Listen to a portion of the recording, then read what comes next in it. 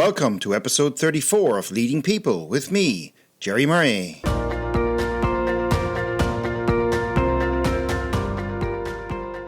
This episode is brought to you by Wide Circle, helping you make better talent decisions. To learn more, visit widecircle.eu, that's WIDECIRCLE.eu.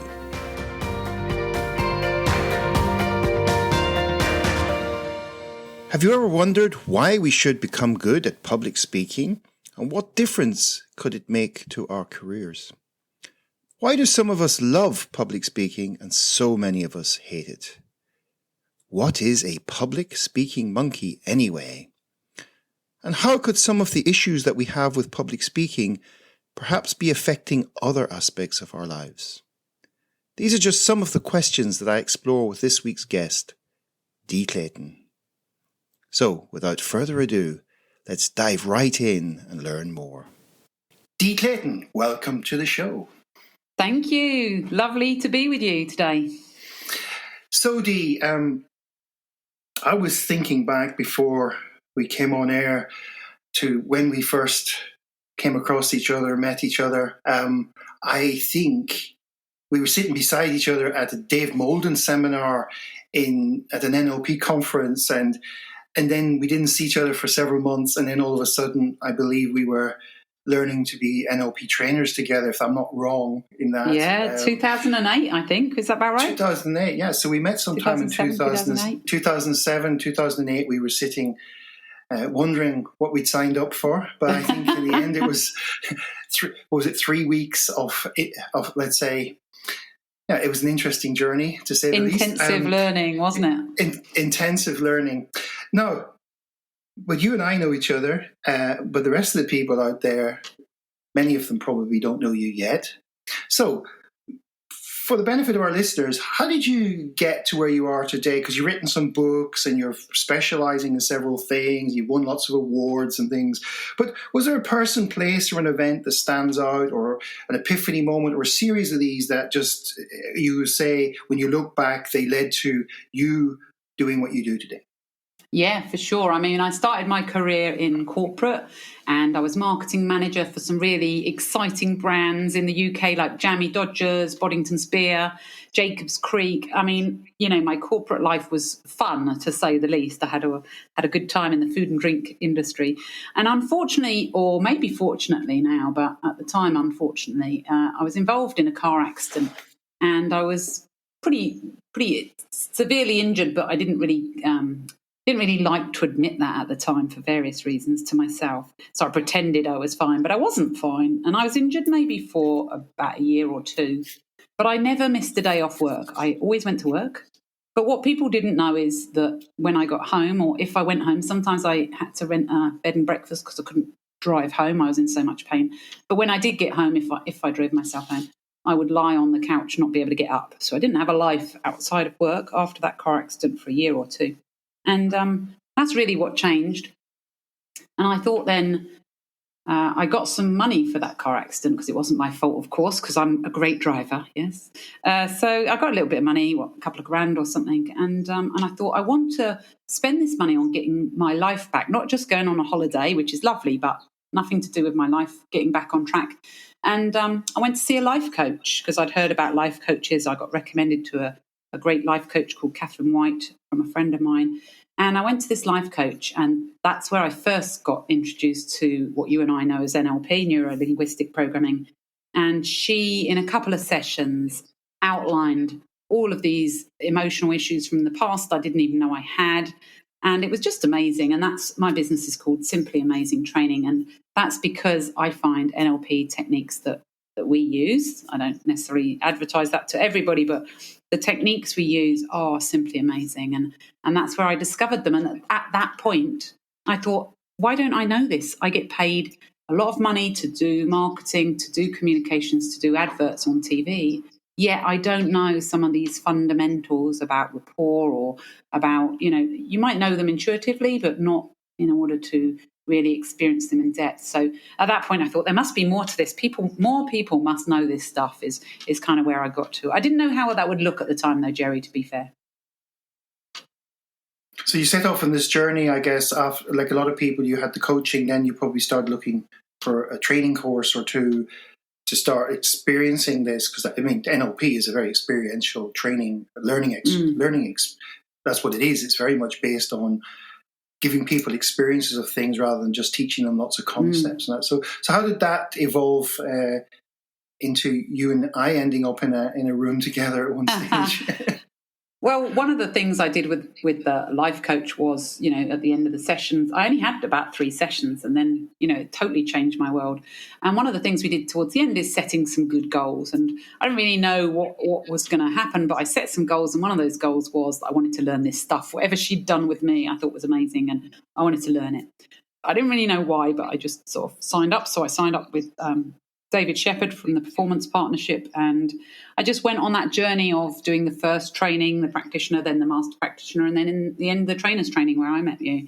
And the more I did it, the more I enjoyed it, and the more I thought, okay, I can make a business out of this. I don't need to just do it within my job. I can actually set out on my own, and that was one of my goals. I actually did it much quicker than I thought I would, but so that was about the goal setting, knowing what I wanted. And even if you don't set the goals that are accurate, you get towards, you learn more because you've got this goal, you learn more, and then you adapt your goal accordingly. So at that trainer's training, it was, as you say, 3 weeks. But what, if you might not remember all this time back, or you might, but my sister was in a coma at the time in a hospital. Oh, yes, And, it was a very emotional time, and I didn't know if I should come on the training or not because of that.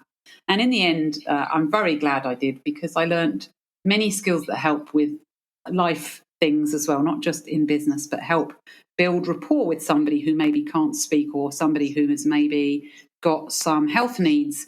If you can build rapport with your body, and this is where body language is an important part. If you aren't able to speak to them in a normal situation because they're sort of impaired in some way, then body language becomes a really important tool. And I was so glad I learned about the unconscious mind and body language and things like that. So that added value to my personal life for sure. But when I did do very well at that training, and I've never really been top of the class in many things at all in my life. I've always been a bit of a average.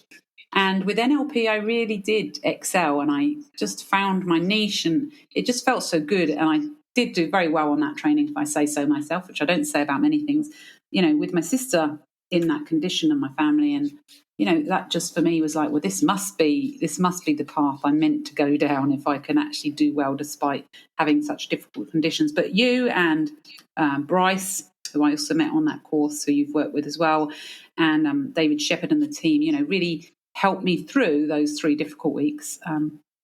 So I will always appreciate that. But I'm so glad I went and did it. Yeah, and you got your business off the ground, and we even did a little bit of work together after that here in Belgium, and I've just watched you. Everything seems to grow. I've seen you've won several business awards along the way. Maybe you just want to, in your modesty, just mention those because I think it's quite something if you can go out and get recognition from a peer group for the work you've done. So what were some of these small business awards you won over the years? That must have helped encourage you to keep going. Yes, well, actually, what I recognised is when you work sort of on your own, there wasn't much recognition actually, and actually, not everybody needs recognition, but I quite like it. And I've sort of recognised there was this gap of how do I know I'm doing well? I think I'm doing well, and my clients do, but how do I know versus other people? And so when I met in networking a lady called Debbie Gilbert, who runs she didn't at the time run these awards, but she was a networking person and said, get out there, start doing awards. And Justine, people like that I met in the networking group were saying, if you want to measure yourself against your peers, why don't you enter some awards, or we'll enter you into awards. So I did that. And what I learned was, first of all, the very first set of awards I entered, I actually won the whole overall thing. So I won a few awards and then I won the overall thing. And I was like, well, that's pretty good starters, isn't it? So that was very exciting, totally unexpected to be the overall winner. So I was just flabbergasted by that. But this was about my unique approach that I'd developed through using NLP into public speaking. So I saw a gap in the public speaking market. There's like people who teach just skills, And then there's people who talk about mindset from, maybe a therapy point of view or a life coaching point of view. But nobody had really gone to the corporate market and said, okay, his skills are important, but so is mindset. And that sort of bridge between bringing what some people might think are these softer skills around mindset and your unconscious mind and how you feel about things is also important. It's not just about skills. So that bridge between the two is what I uniquely brought, and I did it under a concept which I'm sure we'll talk about, the public speaking monkeys, but I developed this concept, the public speaking monkeys, to make it more approachable for corporate people and a bit less complicated and quite catchy. And that's what I put into the Business Awards to say, look, I've done this in a unique, innovative way. And so I won Business Awards for innovation to begin with, around having such a unique approach and a different way of looking at things in that market. Mm-hmm. So all that early career invested in brand management and that also, we never leave things behind. We always have those elements that we bring. That's always part of who we are. So all that came back in, I think. And I want to get to the books, because you've written 2 books now on presenting. One of the reasons I asked you on the show was to talk about this fantastic skill, right?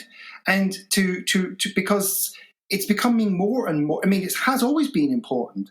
It seems to be becoming more and more important. And we'll get to the online aspect of it a little bit later. But perhaps the first thing that people, maybe our listeners, are asking themselves out there is, why should we become good at presenting, particularly if we're leaders?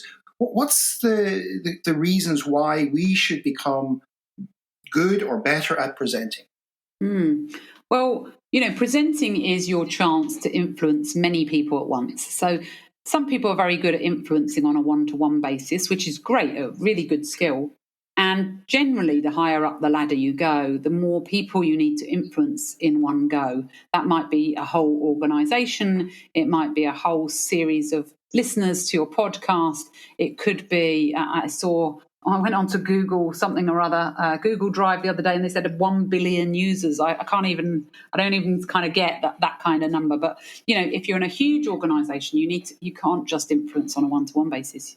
You need to influence on a group basis, but we need to feel like it's a one-to-one basis. So you've listened to people and heard people who, I'm sure as they're speaking, you think they're talking straight to me, but there's another 100 or 1,000 people listening on the webinar or podcast or whatever, but you feel that they're talking right to you. And that's that connection, that's that ability to influence people if you can speak on a one-to-one basis, but you're in a group of many. So influence is important.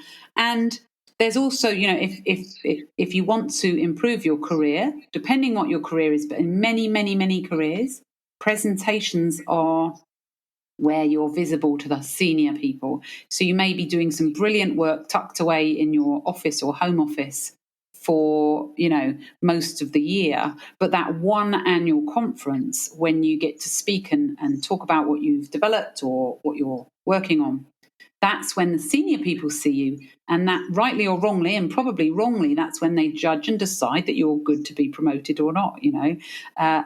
That sort of thing has such an impact on people's influence to get promoted. And actually, you talk about my book. My second book's called High Performance Presentations, but I was going to call it How to Avoid Career Limiting Presentations, because I think it's very important that as you get to a certain level of presenting, you may be confident, but that doesn't mean you're good.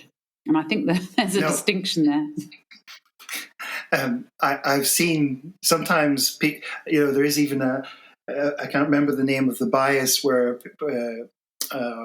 was it the Kruger-Dunning effect or one of these special effects where people think they're much better than they actually are, and this can be a deadly combination because they don't realize that they need to learn something new, which is and sometimes it's because the presentation trainings don't go to this other area of one of the things I've always found one of the most beneficial things to teach a group of people in presentation trainings, but I never see it mentioned very prominently, and that is state management. Because if you can't get into the resourceful state and a presentation state, then it doesn't matter how clever you are with stringing the power of threes or any other little technique. If you can't hold it together, the rest of it is kind of a little bit lost and wasted. And often we find presentation skills that say, well, do 20 minutes on nerves, right? And so I've seen people do things like have people dancing on the spot, you know, to as a way before they go on stage to get rid of their nerves. But, you know, as you're probably going to expand upon in a few minutes, there's a whole lot of distinctions there that need to be unpacked. Now, what prevents people from being good at presenting? And then we'll get into the meat. Yeah, and I think there's two things that prevent people from being good at presenting. One is, and the most important one, and the first one to deal with, is these public speaking monkeys, is the nerves. It's those voices in your head that say, you're not good enough, you're stupid, you can't do it, you're going to be wrong, you're going to fall flat on your face, you're going to be boring. Those negative voices in your head. If you've got those, you cannot be in the right state, as you mentioned, Jerry. And no matter what you've learned in your skills training course about the power of threes, you're not going to apply it because you're too busy thinking, oh my goodness, I'm going to look bad. I'm going to get this wrong. I'm not doing a good job. They're really bored. I'm going to look stupid. So there's no way they can access those skills because their brain is closed off because the little public speaking monkeys are swinging around in their head, distracting them. And only then do you need the second part, which is to learn how to communicate with an audience and think about the other people, not yourself. But that's sort of the second book, which is more about how to communicate effectively. But there's no point in really touching that book until you have got those little monkeys sorted out, because if you're busy telling yourself how stupid you are, you're not going to be able to do the techniques anyway. So yeah, that's why I'm very different in my approach, in that I always talk about the public speaking monkeys, and I really want to, solve the problem at its root cause rather than dancing around or doing some power poses in the toilet or picturing the audience naked, which I think is the most stupid idea, and I don't know who came up with that, as if that's going to make you not nervous anymore, having 100 naked people looking at you. But all of those, traditional things. And I'm glad you haven't said this, Jerry. The thing that drives me absolutely crazy is when people say, people would rather be dead than be found public speaking. You're just encouraging people to think of public speaking as a bad thing, and it isn't a bad thing. Everybody can tame their monkeys, and everybody can overcome the fear of public speaking.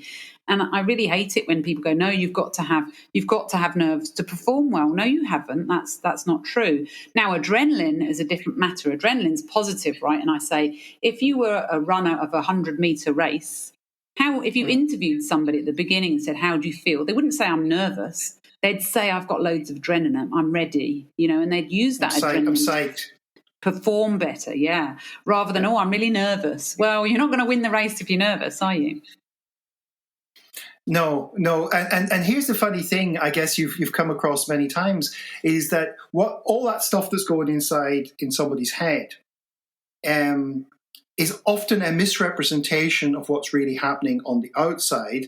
And I'll give you an example. I was working with a small group of people, 5 or 6 of them, a few years ago, and one young man, before the training I only had a very short amount of time with them, but before the training I asked them to send me a little questionnaire about some of the things that were, causing them challenges, so I could kind of figure out how to angle the training, because I had very, very short window. I think I had 2 half days or something. It wasn't a lot. And one guy said that his biggest problem was that he came across as being nervous, particularly in the first 5 minutes, and that this derailed him completely. So just as luck had it, I asked each person to get up and talk about something like a hobby or something that didn't have to remember anything. They could talk about or introduce themselves even, whatever it was. And this guy did it 3-4 minutes. And I said, nominated somebody to give feedback to him. What was the feedback? They said, "How do you do it? You look so relaxed. You look, I wish I could be as relaxed as you." And somebody else said, "Yeah, that's so impressive." And you could see the eyes in the poor guy was going around thinking, but normally I'm coming across it. In his mind, he thought, I'm always nervous. Why aren't they seeing the fact that I'm supposed to be nervous? And they were seeing something completely different. And you could see it rocked his world. And guess what? He did go on then to realize that was no longer the monkey that he he didn't need to carry that monkey around. But you're the expert because you're doing it a lot more than me. So I kind of had a question here about why did you write the book? So, but more importantly, what have you learned from working with people in terms of the types of things that's going on, and what have you learned helps them when you're working with them? Because I know you don't just do classroom training; you do one-on-one stuff and that. So, tell our listeners a little bit about what you've learned. You wrote the first book, I think, 10 years ago now, and you wrote the second one, 2 or 3 years ago now? Is it 3 years ago now? So basically, what's been happening? What have you been learning the more you work with people? Well, I mean, you're learning all the time, aren't you? And my book, as soon as I publish the book, it's out of date because then I've got more stuff I wish I'd put in there. So I've learned. I just keep learning from all of my clients, and that's what I love. Really, I really enjoy that. But I think the thing that surprises me the most is that almost everybody has public speaking monkeys, and I call them public speaking monkeys because that's my niche. But monkeys, whether they're public speaking or not, most people have them unless they've done some sort of work to get rid of them. And I don't know if this is maybe just how we've been brought up, or I don't know the cause of it. But most people have monkeys, and most people don't deal with them because they don't need to. They just cope with them in life. So they go around with a feeling they're not good enough, but it doesn't impact them so much they want to make a difference. Where it becomes very important that they deal with it for them, I mean, I think everyone should deal with it straight away, right? But we don't live in that world. Where most people come to us for help is that they want a promotion, and they don't want a promotion because they're going to have to present more and they're going to be scared, or they're already in their big job and they hate the presenting part of it, or their boss has noticed that they need to get better at presenting, or there's always some pain, which is why they come to us. I'd say most people come to relieve a pain rather than to gain. But that's why I wrote 2 books, by the way, Jerry. One is to relieve a pain, and one is to give you gain. So, but most people come to us because they don't want to feel nervous or feel bad or not get a promotion or let their team down or let their product down that they're trying to, or not miss out on sales with new pitches and that sort of thing. So, I learned, though, that whilst we're all extremely different, no matter what our nationality, wherever we come from, I've worked with people internationally, the monkeys are the same. They're not exactly the same reasons or causes. They're all very different reasons and causes, but 90% of the monkeys are the same monkeys. There's some really common ones. I'm not good enough. I'm stupid. I'm boring. Covers quite a lot of people's monkeys. Now, just because you know that doesn't mean you still need to get to your reason why you've got that and how you got that monkey.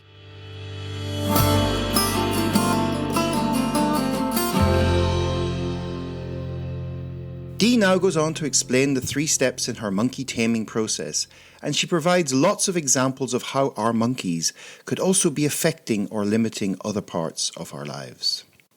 Then we get into how to become a better presenter once your monkeys have been tamed, before going on to tackle the world of online presenting. So, back to our conversation. And there's 3 steps in the monkey taming process that I take people through. And the first one is to kind of catch the monkey, i.e. know what it is, like you're stupid. Then to connect with it, find out where it came from. And you'll know this, Jerry, it's not surprised that it comes from somewhere between 0 and 7 years old, often, could be a bit older than that. But it's this programming when we were young, when we were at school, something maybe I failed a maths test, or the classic one I talk about is when you're asked to stand up in the olden days, stand up in school and read out loud from a book, and somebody would say the word chef instead of chief. What would happen to everyone else in the class? Well, they'd all start laughing, wouldn't they? And that actually is your first experience of public speaking. You're stood up, you're reading from a book, everyone else is sat down, they're lower level to you. You do something wrong and they laugh at you. People wouldn't think that's public speaking, but that's what your brain remembers. Last time I stood up, this is what happened. They all laughed at me. And so then from those kind of experiences, maybe not that one, that's an obvious one, but some less obvious ones. But for me, all of these experiences, we gather up these good beliefs, brilliant, keep those. But we have some negative beliefs as well. And I call those the public speaking monkeys, the beliefs that we have from childhood or growing up that are less helpful. Mm-hmm. And the first one is to recognize what the monkey is. The second one is to figure out how it came to be. And was there a third one that you... So the third one is once we've done that, and that can be quite a complicated process, and this is why I love working one-to-one, so we can really understand where that came from, is then to challenge the monkey. So catch, connect, and challenge. And that's the final piece, which is to go, hold on, like you said with that guy, actually it's not real. You know, you think you're nervous, but you're not, or maybe, you know, you're causing your own problems. But sort of separate out what is real and what is not real, because the monkey that says you're not good enough is definitely not real. So we get rid of that. We replace it then with something more helpful, like I'm calm, confident and clear, or I'm becoming more calm, confident and clear. We replace it with a more helpful monkey.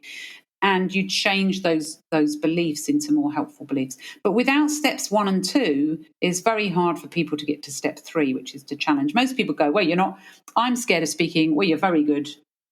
Okay, that's not enough to change people's minds just to know they're good. That's what their friends do. They say, "Oh, you shouldn't worry, you're a great presenter." That's really not going to get them over their issues that they're thinking in their head they're not good enough or they're stupid. So, you know, it's a 3-stage process, but it can be really, really life changing, Jerry, because a lot of my clients come to me because or come to us because of the public speaking being a problem, but when you get into it, you say, well, where else is this affecting you in life? Nowhere else. Okay, so tell me about other things. Oh, yeah, I've had a client say they didn't want to get married because they didn't want anyone to look at them because of their monkey. You know, imagine that, not wanting to get married because they didn't want to walk down the aisle. I've had people say in their business, if they run their own business, they don't charge enough for their products. They're not making a profit because they think they're not good enough, and then their pricing isn't high enough to reflect the quality of what they do. People can't speak up and challenge their colleagues at work because they don't think they're good enough, so they definitely can't reprimand anyone else or hold anyone else to account because they're not good enough anyway. All sorts of things. In fact, one guy had really problems with making decisions, and he was looking at his emails, and each email he would read 8 times before he sent it. When I finished working with him, I said, how much time do you think I've saved you in a day? And he said, well, at least 2 to 3 hours a day in just sort of not having to reread every email 5 times to make sure it's perfect, you know, this perfection thing as well. So yeah, it is public speaking, but it's so much more as well. Okay, maybe some of our listeners are also wondering, what are some of the differences that make the difference between an average presenter and an outstanding presenter? So monkeys aside, so when you start looking at the presenters who really make that high impact, what have you seen? Because you've really looked at this in quite a lot of detail, because I think you've tried to understand it. You've understood the mentality side. You probably also looked very much at the skill side, etc. So what have you noticed? What are some of the differences that make the difference between an average presenter and a truly outstanding presenter? Well, I mean, before we even get started on that, I think the question's really interesting, because I think most people might get in trouble for this, but most people aren't even, I guess by average of maths they are, but the bar of presentation skills is so low, Jerry. Most presenters are really giving bad presentations because they're all about themselves and not about the audience. So it's very easy, I think, to be an outstanding presenter because the bar is so low. So, you know, if you want to improve your career, it is easy to become a very good presenter and stand out from the crowd because the crowd have got such a low bar. But that's not exactly what you're asking. So, you know, on what makes people let me use a different word. How to become an extraordinary presenter? Yes, very good. So, assuming you've now got rid of your monkeys and you can just do the presentation as you should be doing it, then the main thing really is to think about what the audience want to hear. And so many people are presenting and talking about themselves all the time. You know, it's a bit different in this interview because you asked me and you're introducing me into the into the interview. And it is an interview, which is different from a presentation. But normally at the beginning of a presentation, I wouldn't spend any time really talking about me other than to build enough credibility that they want to listen to me. The rest of it's about you. How are you doing? What will you get from this presentation? Why will you benefit from listening to this presentation? What's in it for you? If you've heard of WIFM in that, the old sales stuff, what's in it for me? So turning the whole thing on its head, Jerry, and thinking about the audience first and saying, what do you want, the audience? How can I add value to you? And then giving them the content in a structure that is useful for them, and then putting it in an actionable, what action do I want my audience to do, which is the how section in the what I call the Simply Amazing structure. And the how section is often missed out. People just do a presentation and then they say goodbye. Well, you're sitting there going, well, that was a lovely presentation, but I've no idea what I've got to do now. There's no action for me to take. There's nothing I need to do differently. And then people come back the week and go, well, haven't you done that, Jerry? And you're like, no, I didn't. You didn't ask me to do anything. Yes, I did. I gave a whole presentation on it. Well, you gave a whole presentation, but you didn't actually get round to saying what you want us to do with it, right? So that's a huge section that most presentations don't have a how section. An afters section, as there's a great author called Andy Bounds, and he talks about it being called afters. What are people left with after you've finished? Yeah, in terms of even just a simple call to action that leads them somewhere. But if you've ever been on a training course that is all about selling, it's a prerequisite that you end on a call to action, right? So it's built into the DNA of anybody who's taught how to present in such a way that their goal is to convince people to take a next step at the end of it. And that still applies because, okay, there's people in our world and various independent consultants, etc., who will always have that next step call to action. However, if you're in an organization, again, like you say, you're still selling maybe an idea. Otherwise, why bother standing up on your feet for 20 minutes and making a presentation unless you're trying to influence people towards something, whether it's just to say, get them to accept the information. But even then, you want to know there needs to be some sort of next step which says, okay, now that I've done this, now what? And as you say, often you get the last slide and it's like, well, thank you. And they sit down. Exactly. Thank going, you. What was that all about? I want to get to the online stuff in a minute, but I've got a question for you and I want to ask you because you are teaching people probably at times and coaching people how to make all sorts of interesting presentations. And the phenomenon that has grown in the last 5 to 10 years, particularly as a result of the way TED has been popularized and structured, is the short presentation. And the 18-minute one or the 10-minute one and that. And as you'll probably, let's say, endorse, it's actually quite difficult to do a very short presentation. It takes a huge amount of effort to prepare it. And I always wonder whether people like us should be teaching people how to do these things if we can't do it ourselves. Because it's easier to do a 1 hour presentation than it is to do a half-hour presentation, often for many people. For sure, if they've got their monkeys out of the way, because they have a little bit more scope with their slides and stuff, if they're using slides. But the more you get down to that sort of 20-minute, 10-minute, the 20 minutes seems to go faster than you could ever imagine in your whole life. And I often wonder, because there is a certain aspect to this which it's not just about the monkeys. It's not just about understanding how to structure a presentation, not just about the audience. It's about how do you get all of that compacted into a very, very short space of time and still make it meaningful and impactful for that audience. So I just was wondering what your thoughts were on it, and if you don't have any strong views on it, we can move on to the I think question. For sure making something short is harder. I mean, whenever I do a training course, if they say we want a 1 hour training, a 1 hour webinar, that takes more planning, all other things being equal, than a whole day training, because a whole day training you've got that flexibility of changing things around and seeing how the message is landed, etc. So a 1 hour webinar and that's very difficult to explain to clients. Why a 1 hour webinar is taking so long to prepare. So I definitely think that the shorter the time, the more difficult it is. You've got to then let go of some pieces of information. You can't communicate as much, so you might be precious and you might want to say everything, but you can't. It's more like a teaser, isn't it? So something like a TED Talk gives you enough information that you've learned something, but leaves you with that, I want to go and find out some more about this. So it's almost like an advert, isn't it? It's like, here's enough to catch you in, and now you want to learn more. So I think it's fascinating, but very hard work doing shorter presentations or trainings or anything. And that's probably why people don't do it very much. It takes a lot of effort. Yeah. And that leads us nicely into the online world, because you mentioned webinars.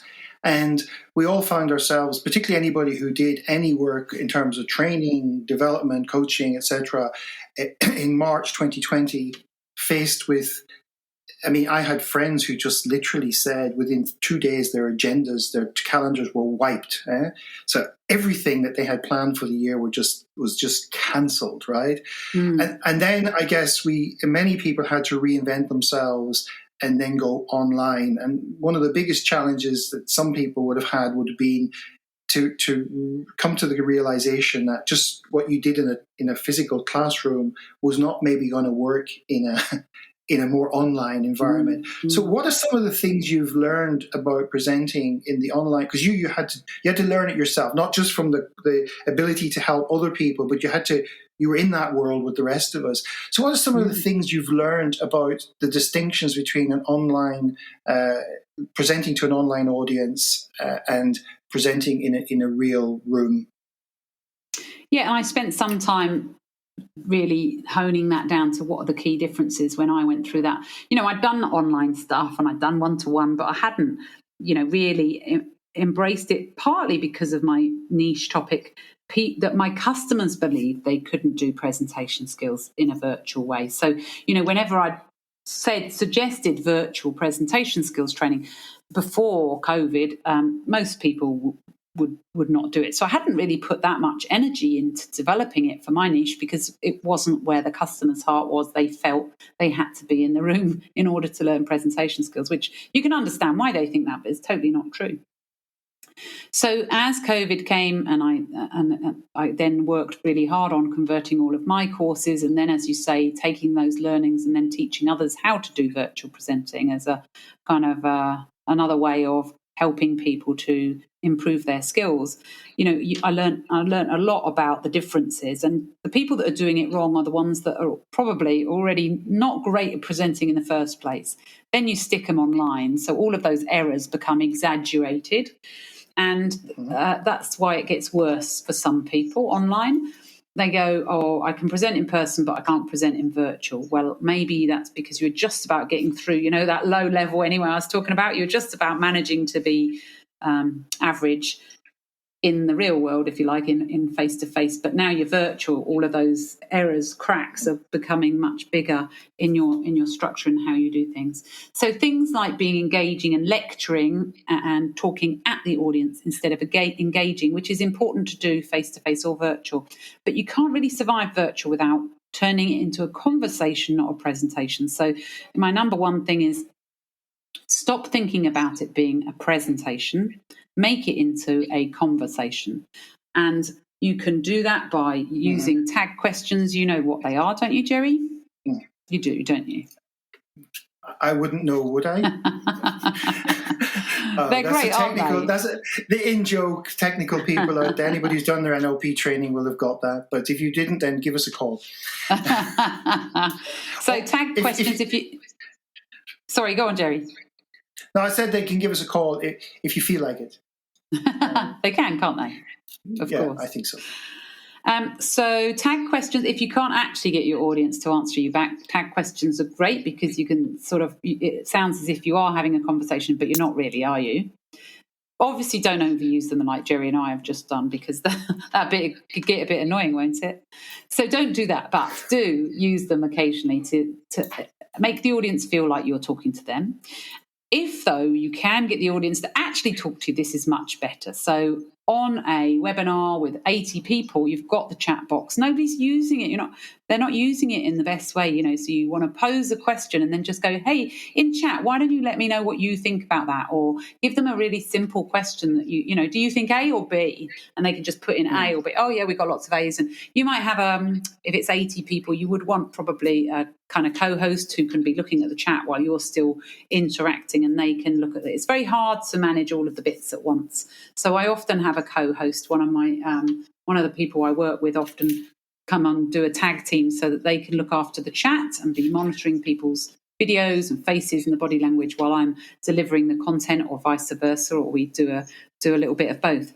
So, but you need to be clear on people's roles when you do that. So engaging the audience, so you can do it through chat. This morning I did a training and we were using Poll Everywhere. I'm sure there's lots of others sort of these poll type software where you can get people talking to you. You have to pre-think about engagement in advance, though.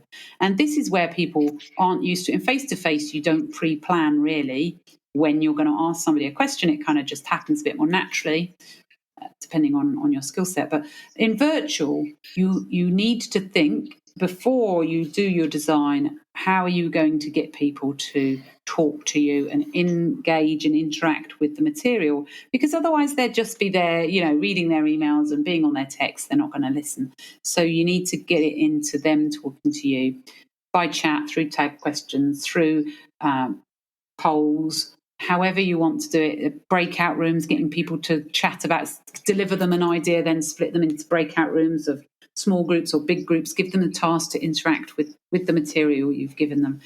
But this all takes longer. So you can't really cover as much content. All other things being equal, virtual training would take longer to get through the content, I believe, than face-to-face. But saying that, I think the benefits of virtual really outweigh that, because you can do it in small chunks over a longer period of time. So all of my training now has gone from like small 3 sort of solid half days, and now they're much more 90 minutes over 12 sessions. And the learning that people can have in between those sessions, I think, is much greater. So I'm actually a bit of a convert from being a bit like, oh, how's this going to work? I'm really now a convert. And there's some things that really need to be done face-to-face. Things like team building, I think, is really nice to get people in the same room, etc. But many, many things can be done virtually if you think about it. But it does take hard work, I think, until it becomes more natural. But the initial change can be quite challenging, how to get people to engage and interact on virtual. Have you noticed that then, Jerry? Yeah, all of what you said. And, you can't really wing it online. You have to really, you can't just say, well, let's go do X and then find that you create chaos, because that frustrates people. So if you're going to do something and you show somebody a slide, you better have a single version of that slide available to give them before they go to the breakout room. Otherwise, they go there and they say, what was that he said? And then you spend 10 minutes going around the breakout rooms trying to make sure they have the instructions to do something which you asked them to take 15 minutes to do. And you've lost lots of time. So I think I would totally agree with you. It is quite a different experience. But in a way, it has that advantage of teaching people the discipline of anticipating how the engagement is going to work, because even when you go back into that live environment, you people who tended to go in there and kind of go with the flow now maybe have got into the mindset of saying it's better to actually go in there and think things through, so that I'm not relying always on the flow, and I'm able to actually direct the flow a bit more and still make it look like it's a bit fluid and flexible. The other thing that you said earlier when you were talking about webinars, that clients don't always understand, and you've highlighted even strongly here, which is it can take a huge amount of extra time to prepare. And then also, as you say, it takes a lot more time to deliver, in the sense that people have to have time to process. You got your breakout rooms, etc. So there's that dimension. And there was this kind of, I started to hear crazy things when somewhere after we started taking things online that clients were halving people's fees or saying, well, we can't pay you for the normal fee because you only actually spent an hour on an online delivering or something, and completely missing the point that a huge amount of work had gone in, but even more work and energy was going into keeping an audience attention for 1 hour. And the other thing I don't always like is the real estate aspect, which is, you don't really want to have too many PowerPoints going up in the online. A couple then take them away and then do something else because it takes up huge amounts of the real estate on your screen. But people, if you're lucky, there's only a few people, you might still see them on the right-hand side.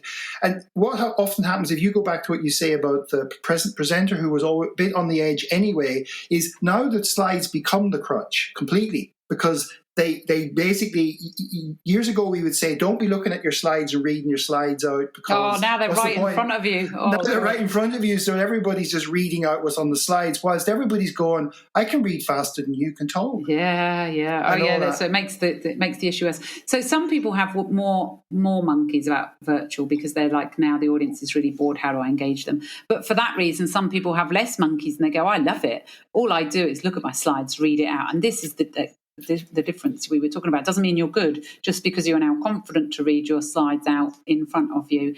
But people can tell if you're reading, can't they, Jerry? Because it doesn't sound quite so engaging, does it? No, particularly if you move your head at the same time as you follow the lines on your screen. The first time you ever use a teleprompter, it's always interesting to watch people's heads moving as they read their lines from the teleprompter. The one thing that I do notice, and I wanted to get your thoughts on this, is we do lose a little bit of the meta language, some of the non-verbals, etc. How have you dealt with that? Because from our background in NLP, we're taught to really absorb so much of that non-verbal stuff in the room, and online it's because the way cameras just sort of frame things. How have you found that? Yeah, you're absolutely right. It's a lot, and that's part of the engagement. It's not just engaging with the content, but engaging with how it's going for you, which is similar. Like if you're engaging with the content, then you're probably having a better experience. So this engagement isn't just around the content; it's making sure that you are brought in. And I find, I talk a lot about introversion and extroversion, and the world of saying, how's it going? Yeah, great, is very extroverted, that people have to speak up on this call or unmute or interrupt to have a thing. And so what I've worked very hard on is and I think this is where virtual call can be even more useful, is to help the introverted preferences to be able to say how comfortable they are or aren't with certain things, rather than just relying on the extroverts going, yeah, this is great. And I think it can level the playing field a bit virtual, because you've got chat box makes everybody equal, right? And introverted preference and extroverted preference happy to use chat box. You don't then get dominated by this sort of one person who talks a lot. And you can use things like a whiteboard. And I love using Jamboard, for example, because it's anonymous. So when you talk about emotional things like feelings, some of the subjects I teach as well are maybe more like prioritization, time management. Who wants to admit they haven't got time to do their job? Nobody really. But if you use a Jamboard and it's anonymous, then everybody can say how they're feeling or the issues. You can talk about challenges without anyone being identified, which is so much better than face-to-face, where you can't sort of really do a secret ballot and just, hand me secretly your worries about this subject. So there's some definite strengths in virtual that now I'm kind of converted. I can see that some things can be done really better, and there's more. It could be more equality, more room for us to find out how it's going for you. So, for example, I might ask, "Am I going too fast, too slow, or about right?" People can vote that. Do you need a break now, or 5 minutes, or 10 minutes, or so you can ask how they're feeling, but not verbally ask, Jerry. Then you can get that answer from everybody. So there's a lot more room for openness and honesty and engagement if you set that up at the beginning with your audience well, saying, listen, there's different things, different stress levels for different people. You don't know when they're tired or not, do you? So you tell me, and this is how we do it on this thermometer, for example. You can have a picture of a thermometer and say energy levels and interest levels, for example. And there's some technical stuff on the polls all these software that measure engagement, aren't there? But I just use the old-fashioned way, which is to encourage people to tell me in some way or another.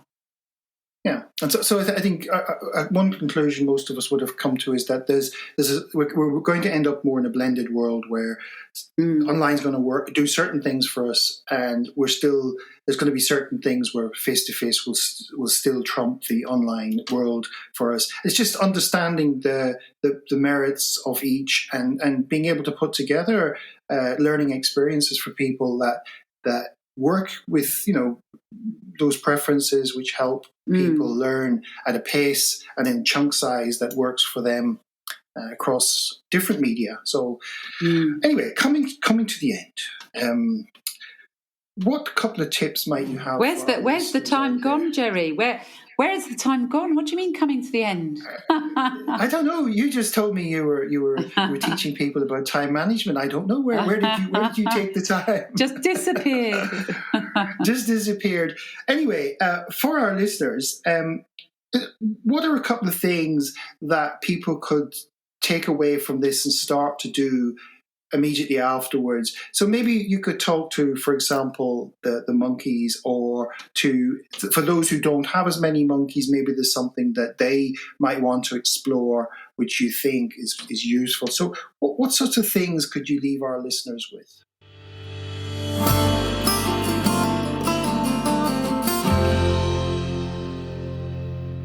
In the final few minutes, Dee provides us with 3 tips for taking our presentations to the next level, and talks about some of her upcoming projects that are aimed at helping people get even better at public speaking.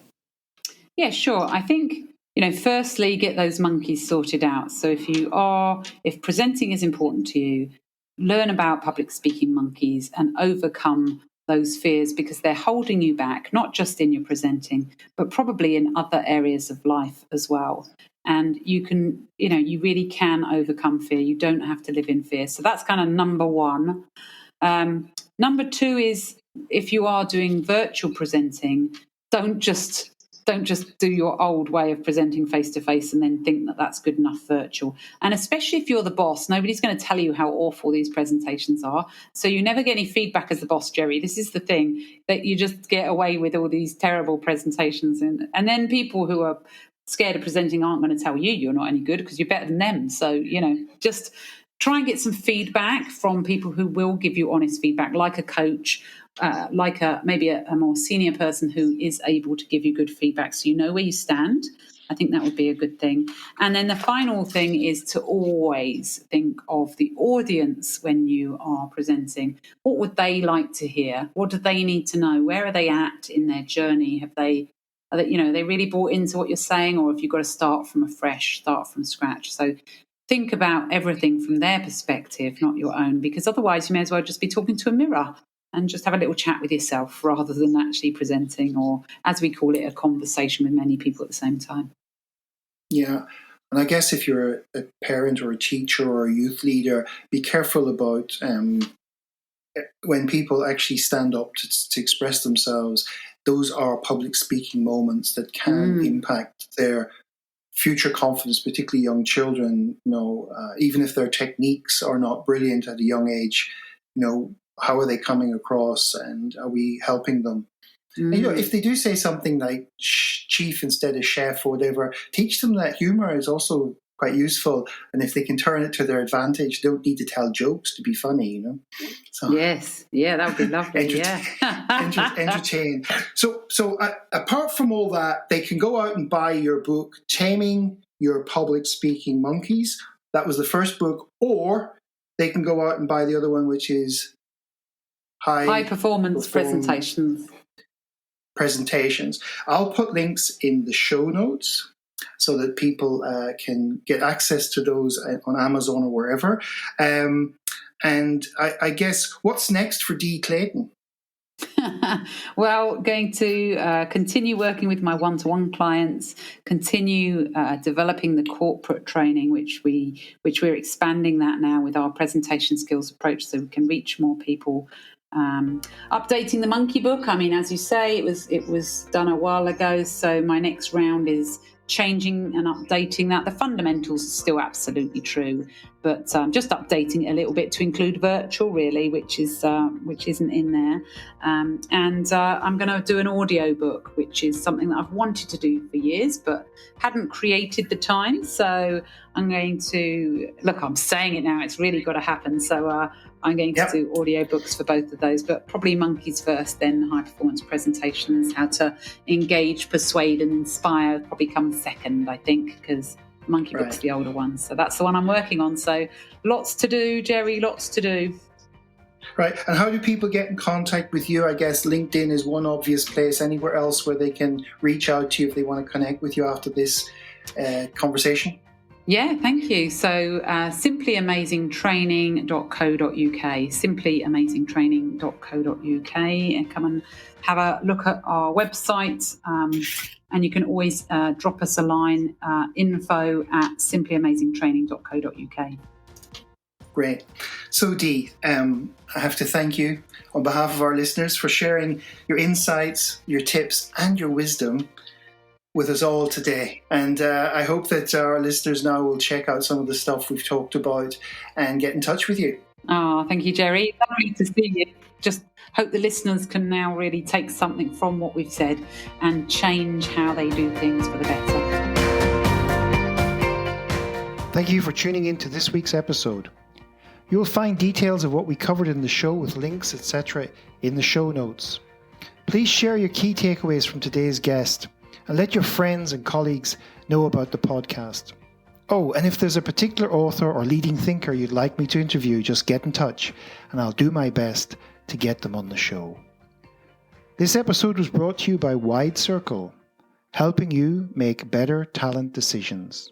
To learn more, visit widecircle.eu. That's WIDECIRCLE.eu. Until next time.